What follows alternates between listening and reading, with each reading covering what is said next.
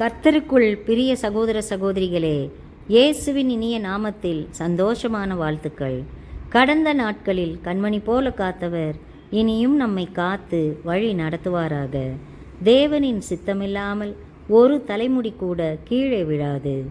நாம் நடக்கும் பாதை கரடுமுரடானாலும் துன்பமானாலும் வேதனைகளானாலும் நாம் கீழே விழாதவாறு தாங்குகிற கர்த்தர் நமக்குண்டு. நம்மை தொடுகிறவன் அவர் கண்மணியையே தொடுகிறான். ஆகவே எந்த பொல்லாப்பும் வாதையும் தீதும் நம்மை தொடாமல் காப்பவர் அவரே. எந்த தீய நாட்டமும் சத்துருவின் சோதனையும் அவர் கையிலிருந்து நம்மை பறித்து கொள்ளாமல் பாதுகாக்கும் பரிகாரி அவர்.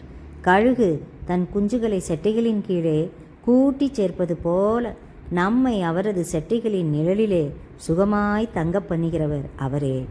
எல்லா தடைகளையும் நீக்குபவர், நமக்காக யுத்தம் செய்கிறவர், சிறியவர்களை புழுதியிலிருந்து தூக்கி எடுக்கிறவர், சிறுமைப்பட்டவர்களுக்கு அடைக்கலமானவர், சிறுமைப்பட்டவர்களுக்காய் யுத்தம் செய்கிறவர், சிறுமைப்பட்டவர்களுக்காய் வழக்காடுபவர், சிறுமையானவர்களின் வேண்டுதல்களை கேட்கிறவர்.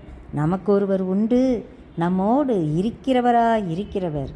இருக்கும்போது நமக்கு ஒரு நன்மையும் குறைவுபடாது. நாம் ஜெபிக்கலாமா?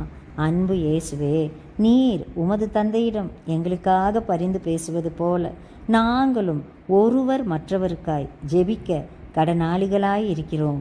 மனிதனால் கூடாதது தேவனால் கூடும்.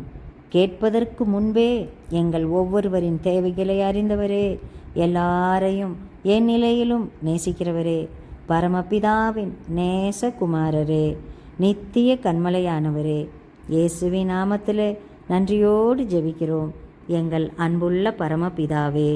ஆமேன்.